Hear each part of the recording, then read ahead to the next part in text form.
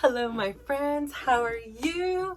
Happy day. Hi there. My name is Natasha. I am the creator and the founder of the Glow Up Method, and I'm so excited to be here with you today. So I'm actually going to be changing because I know I've always been like, it's this day, it's this day. However, here we are. I've been filming pretty consistently as long as I'm in town, and then I've recuperated since January 10th. Yay to me. Like, honestly, like, that's huge. However, I know that when I start posting these things, like, it's not going to be whatever this day is. So I'm going to really work on trying to not say what day it is. But today was a good day for me so far. So here we are. I got so much done yesterday. I did my meditation, and during my meditation, I was like, my intention is just to get things off my to-do list. And I was trying to I realized I had like 14 classes I had needed to catch up on, like my courses. And so I was trying to debate because like this whole new course was starting, and it happened to be starting yesterday as well. So here was the dilemma. So I can either, start the course and then do one at a time. And so for 2 weeks, I'm doing 2 courses, or I can just bust them out. But I don't want to just bust them out. I'm taking this course because I really want to absorb and get the information. And so that kind of didn't work for me. And so what I did was I got so much done in the morning, and waking up at 5:30 in the morning, let me tell you, it was 8 o'clock, steps were done, my filming was done, so much was accomplished already that I really had this window of opportunity to where I can say, okay, great, here's what I'm going to do. And so I really took my time with the lessons and immersed myself. But then I would also do one and then unless it was a short one, a couple were really short. Then I kind of would do 2, but I would get up and walk around and really think about them so that I kind of absorbed the material, not just trying to just rush through it. I really was trying to really take in the information I was learning. And so I was able to get through the whole thing. So I feel really good about that because I'm totally caught up with my courses. However, there's still my project that I was working on that I didn't give the amount of time that I necessarily wanted to. So I have a new plan I'm adjusting. And I think that that's what life is, right? We have these plans and we have these ideas, but then in execution, life sometimes, kids get hurt, and there's relationship problems, and there's financial things, and you don't feel well, and you have these appointments. Life's you may have a plan, but life just has its own way of saying, well, we've got this going on, this is now something you also have to contend to that you were not necessarily planning for. So in the ideal world, it would be so easy, right? And in the midst of this time, what I really realized was, again, I am still a mom, and I'm still a mom at heart who prioritizes our kids. So when push comes to shove, my kids get the best of me. My kids get my attention. And I'm really working at balancing that out. I'm really working and practicing, still maintaining my foundation, which for me is I'm not negotiating on getting my steps just because you need me. And I'm not negotiating on my dance, although there's been times that I've been okay, I need help with this thing and I've missed out on my own things, but it's not my go-to response. I try to see if there's an alternative option before I forego, especially my dance classes. Other things, whatever. But, my dance and my steps, I really try to, like I said, even when my kids were in surgery, I was okay, I got to get my steps. Or, when they're, doing things, I'm we're on vacation or things like that. I'm still where am I getting my steps in? That's something that's part of my foundational being nowadays. So it's really important for me to get that in and get that done. And establishing that as part of my core foundation is the piece that is the self-care part. It is the taking care of me part. It is, maintaining my health. And speaking of which, so, since I began this health journey, I have not done any blood work or anything like that. And I really want to get it out to compare, but I got the best news. So yesterday I had to go do blood work, and I got the results back early this morning, and every single thing looks great. The doctor is everything looks amazing. This is great. Your numbers are wonderful. And I just have to take pause on that, because I know for damn sure that even though I was younger, and even though even though I was younger, I mean, that was probably the biggest thing. Even though I was younger, I was obviously in a very different health state. I added years to my life, hypothetically speaking, right? Like, I don't know, I could walk out and get in a car accident, those things healthy or not healthy, right? Like, that's non-bearing. But as far as what I can control, right? I added years to my life. Everything, my cholesterol, the glucose, every single thing in the 3 panels or whatever they were on there, with CBCs, whatever, the lipid panels, I don't know, all these things. I'm not a doctor, I'm not a nurse. I know I sometimes sound like one, but I'm not. But they were all great. And I just have to say, I'm so proud of myself. Like, that is quite the feat, quite the accomplishment, to have reversed the damage that I had inflicted on my body, somewhat knowing, somewhat unknowing. And of course there's DNA, and there's, factors that like maybe predispose me to certain conditions and things like that I could be living the same healthy lifestyle and, like, still never would have like had any alterations to that. But I'm so proud. Like, that is huge to me, and like such a motivating factor. Cause yeah, again, like I say, obviously the physical is a bonus, right? Like, it's fun to, go and order a shirt that's or a dress that's a size small. Like, it sometimes to me is like, whoa. Like, I was just reading this thing with my daughter, and it was about zip lining, and it was like, oh, like the maximum is 280 pounds. And I was like, oh my gosh, I don't know. Like, I don't know how much I weigh. Like, I could weigh 280 pounds. Like, I'm not sure. And she's looking at me. She's like, what? You're not 280 pounds anymore. I'm like, oh my gosh, my brain, because for so many years was so used to seeing that 2 in the front, like, is like, doesn't realize there is you are a whole 100 pounds less, right? Like, if it was a 1, maybe this would be a concern. Maybe I don't know what I am. I'm somewhere in this range, right? And I was like, oh my gosh, like, you forget like how like far you've come. And I had this lady at the gym come up to me, love her. She's got the most beautiful name, and I'm not going to say it on here, but she was like, oh my gosh, because I don't go to that gym very often. She's like, it's so good to see you.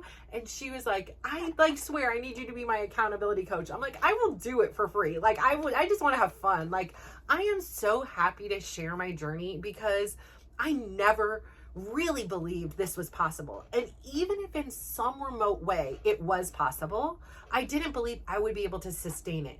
And sometimes I think back and I'm like, damn, it's 2024. And it feels like, it's been such a long journey for me personally to get to where I am, right? Like, it's been with ups and downs and trying to see like what works, what doesn't work for me personally. What does my body respond to? What do I still want to do? Like, I don't want to go and torture myself. Like, that is not fun to me. Like, I mean, I've done workouts that are torturous, but like, as far as like torturing, like not eating or only eating certain things or at certain whatever, like, I just I had to find what worked for me. And me being able to say, oh, I can eat whatever I want as long as it's between these time frames, done. That's easy, for me.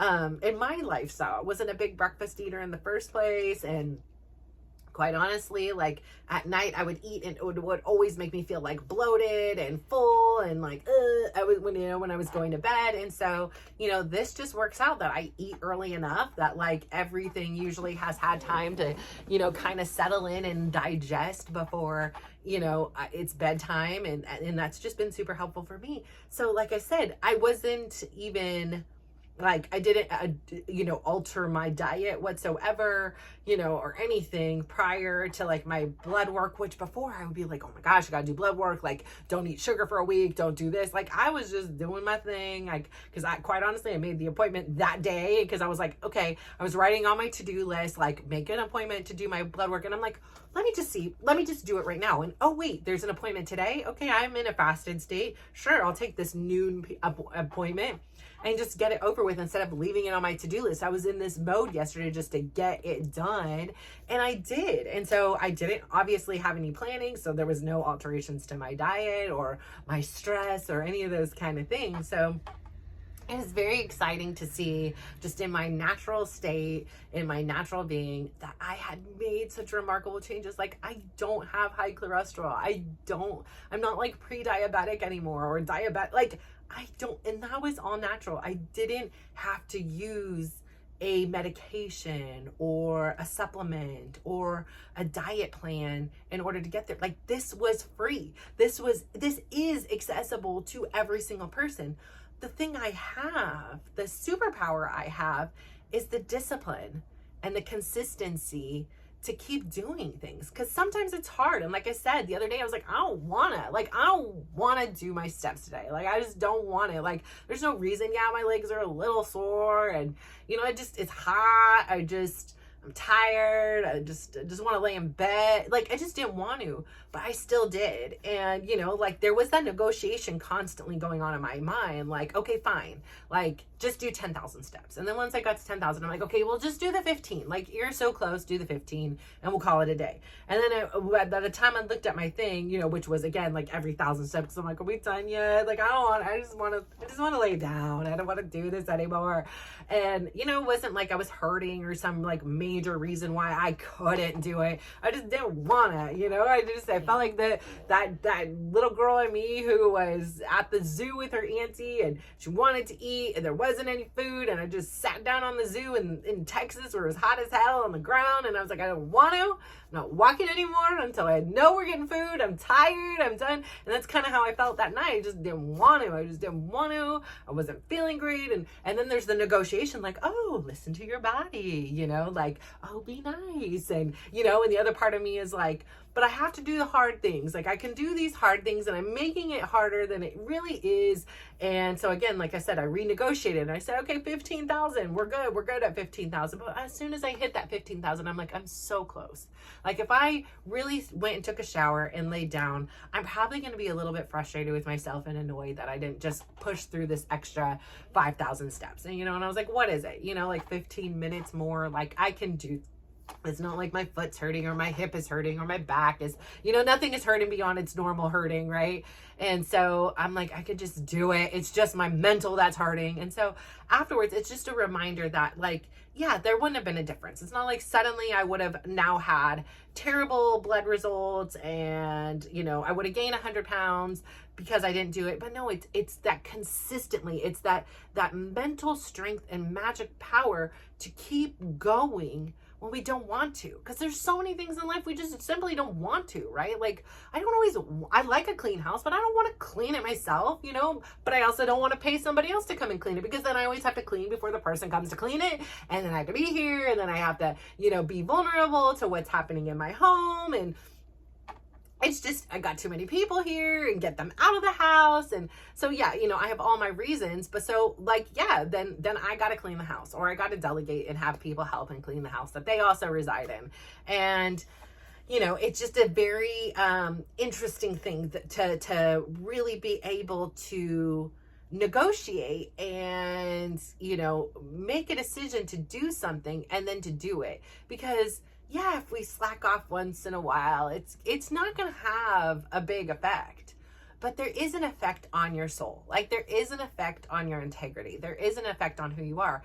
And if I study people who are the masters, who are the GOATs, like the greatest of all time at whatever they have chosen as their passion or just naturally were talented at, that you see there is a consistent common thread. The common denominator is you constantly hear them, the Tom Brady's, the Goggins, you hear what they are saying is they get up and they are disciplined. They are consistent. Like, there isn't a day off. Like, you just keep going. And some days it's fine and it's fun. And some days it's torture and you don't want to.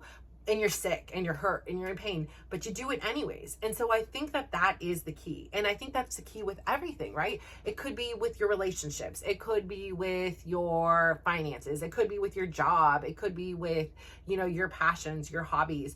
There's not every day that I'm sure. I love Taylor Swift, but I'm sure there's some days that she's like, damn, I'm not in the mood to get up on that stage. Maybe there isn't. Maybe she's just magical unicorn and that isn't the case for her.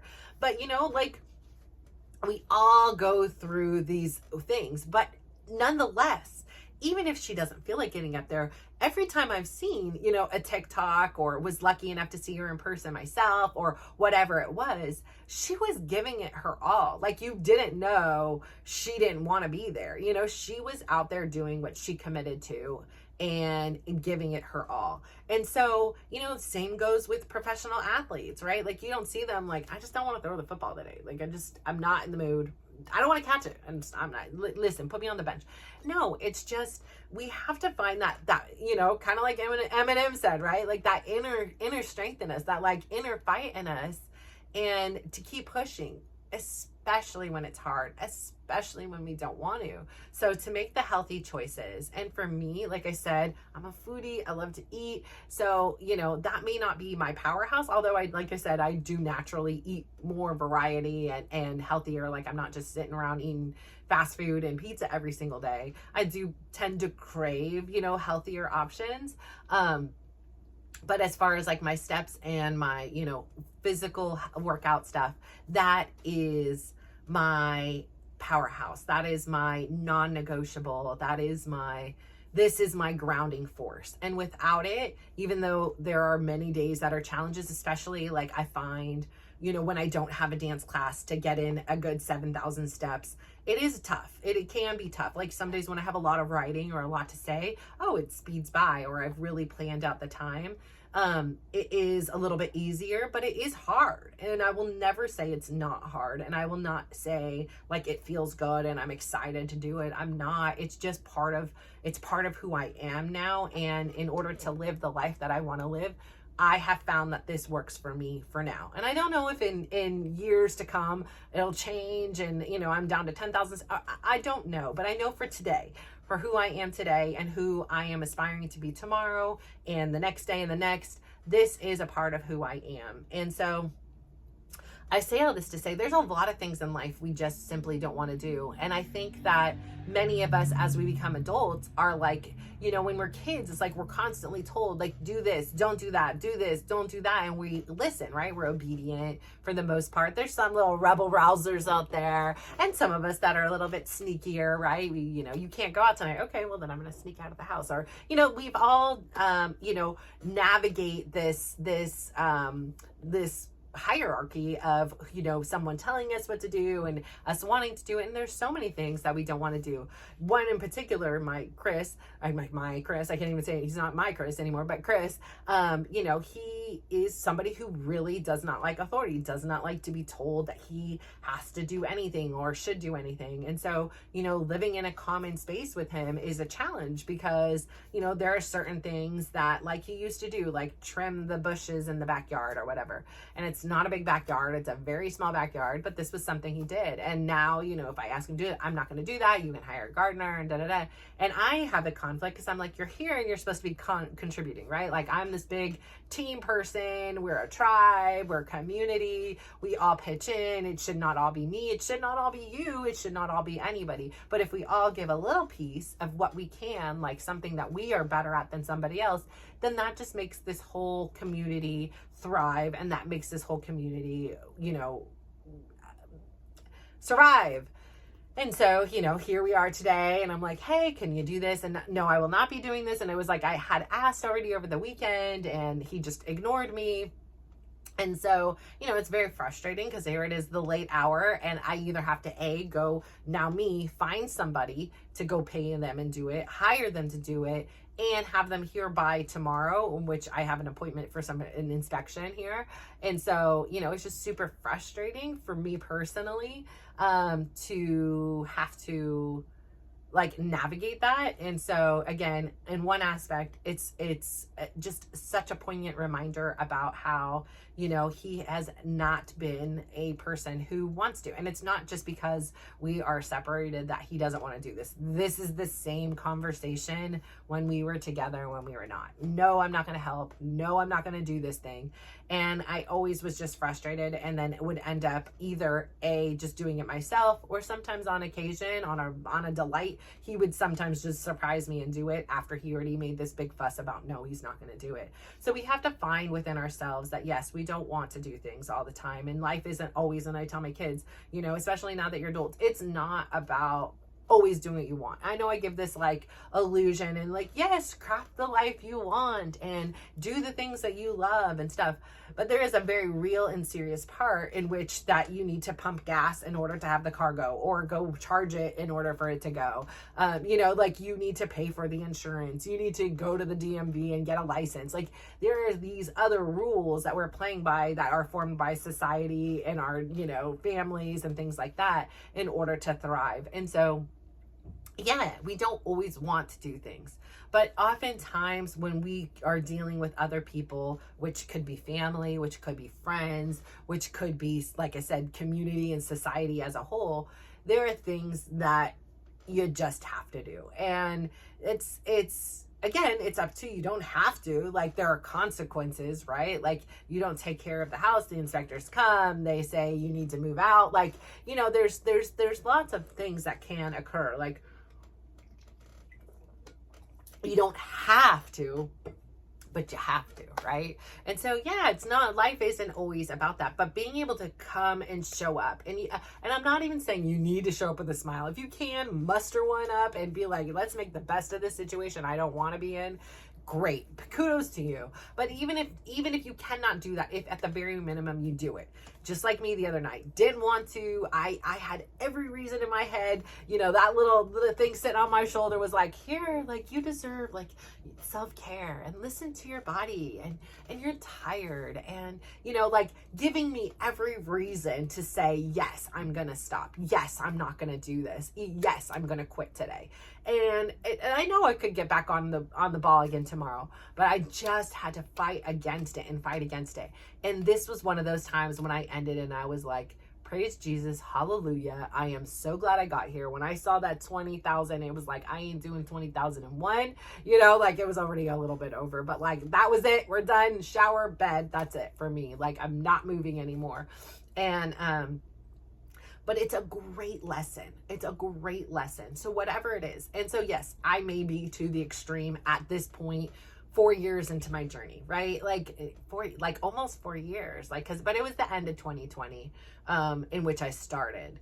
And so, and again, it was an evolution. Like I said, I started with like a 1 block walk. So for you, if taking a 1 block walk is this negotiation in your mind and you just keep doing it, that's huge. You are setting yourself up, because yes, now I'm negotiating about 5,000 steps here or there. But before it was 500 steps or 5 steps at all. There was the whole mental game of, can I do it? Am I going to do it? I don't want to do it. Like it's hard. It's going to hurt. Like there were so many adversities that I was bringing up with my little filter here about why I didn't want to do it. But there was this one thing. And this one reason why my power just went out, but I'm going to just keep on going. There was one reason why I did want to do it. And the reason for me why I did was I had this vision. I loved my grandma. I loved my grandma with all my heart. Like still to this day, there are parts of me that I'm like, I swear she was like my soulmate. Like she just knew, like she was that person that would just look at me and she just knew. And even if I didn't tell her everything because I was embarrassed and shy, and I didn't want her to think less, I was afraid of losing her. So there were certain things that I withheld that in a way I wanted to protect her, but I also wanted to protect me. And it was really super important for me to have this future relationship with my grandchildren, that these people that I can cultivate this relationship with. And I wanted to do it on my way. I didn't want to do it in a wheelchair or in a rascal rider. Like I wanted to walk with my grandkids. I want to climb to the top of a playground with them. I want to be able to swing and not be out of breath. Like I really wanted to do that. And so that was really like a defining thing that was super important for me, was to be able to not only meet, but to be able to have this really intricate relationship with them and do things and travel with them. And, I've always had this dream where there's grandma's week and every one of the grandkids come and, my kids laugh now. They're like, oh, we're not going to trust you with, I'm like, listen, I raised you guys. I can handle a bunch of, and just do crafts and cookies and, all like fun things and games and things like that. And so I really have had this vision. I'm like, listen, you, all the siblings, you guys can all go out and go do whatever you want. Think of it as a free time, like we have grandma's week, we have fun, we have a good time. And, it's a way to keep all the cousins together. And, that's what I have in my vision. Will it come true? Hopefully. I don't know, right? Like maybe my kids are actually true and like, heck no, they can't go with mom. But on the same turn, I have this vision, and this was such a motivating factor for me that it got me through those hurdles. And now that is still a part of my why, but also like the way I feel and the way I move and the space that has opened up about me not worrying about I should be losing weight and can I do the lose the weight and how do I lose the weight? Like all that energy has gone and it's been replaced with other things. It's left with space. So like when I first started, I would not get rid of my clothes because I did not believe I'd be able to keep it off. And as a cheapskate, like frugal woman, I was not wanting to have to re-buy these crappy clothes I didn't like in the first place that were the very limited amount of things that actually fit me. And so even still now, like there's still things that I'm like slowly kind of trickling out. Like I don't need this one anymore, and I'll put something on thinking it will fit. And it's just like a tank top that slides all the way down. I'm like, okay, yeah, no, this is not going to work anymore. So I say all that to say it is definitely hard. It is definitely hard to do things that you don't want to do. And again, like you may not want to go to work. You may not want to you're cozy in bed, get up and brush your teeth. And if you don't do it once or twice, it's going to be okay, right? But you're setting up the patterns. You're setting up the good habits and behavior that contribute and lead to living this magical life that you want to live. You have to have this determination, the consistency, and the courage to continue to show up for yourself in any way possible. So I don't know what it is that you're working on, what project, what new tool that you're developing, but I really hope that you have this conversation with yourself when things get hard and you don't want to, and you want to give up and you want to quit for the day. Just keep going, keep going. Because I know for me, the days that there's been things that I'm like, I'm just not going to do it today, that I have never ever come back to, or there's been things that I have been able to come back to. So really, if it's something that you want to be a part of your core, a part of who you are, you define the rules. I'm not saying you need to do out there a 1-block walk or it needs to be a 20,000 step walk. Like that is up to you to define the rules and what works with you in your lifestyle today. Because maybe you have a bunch of little kids and, or you have elderly parents you're taking care of, or you're working 3 jobs. Not everything is going to work with every single person's lifestyle, but there is something magical that will work for you in your lifestyle where you are today. And the challenge for you to do is to find that and to really lean into that even when you don't want to. So, like I tell my kids, I was like, I wanted kids, but I didn't want to change diapers. There was never a time that I'm like, yay, I get to change this diaper today. Lucky me, and so really there should have been after experiencing what I have, maybe there was times that I was like, yay, I actually do believe with Brad. I was like, I get to change my own kid's diaper, because a lot of time the NICU nurses were doing that. So I say all that to say, I know you have so many wonderful things that you could be doing with your time, yet you've chosen to spend this last 30 minutes with me. And I so appreciate that. I adore you. I am so proud of you for having the courage and the curiosity to explore what is possible in your own life and to craft and navigate this life you deserve living. So I thank you so much for tuning in today. I am so proud of you. Thank you so much. And if you could do me one huge favor, go out there today, give somebody a big smile, give them a compliment, and just watch how they glow up. And I hope that I get my electricity back. So that would be lovely because it's hot. So I would love some AC in here. So thank you so much. Bye.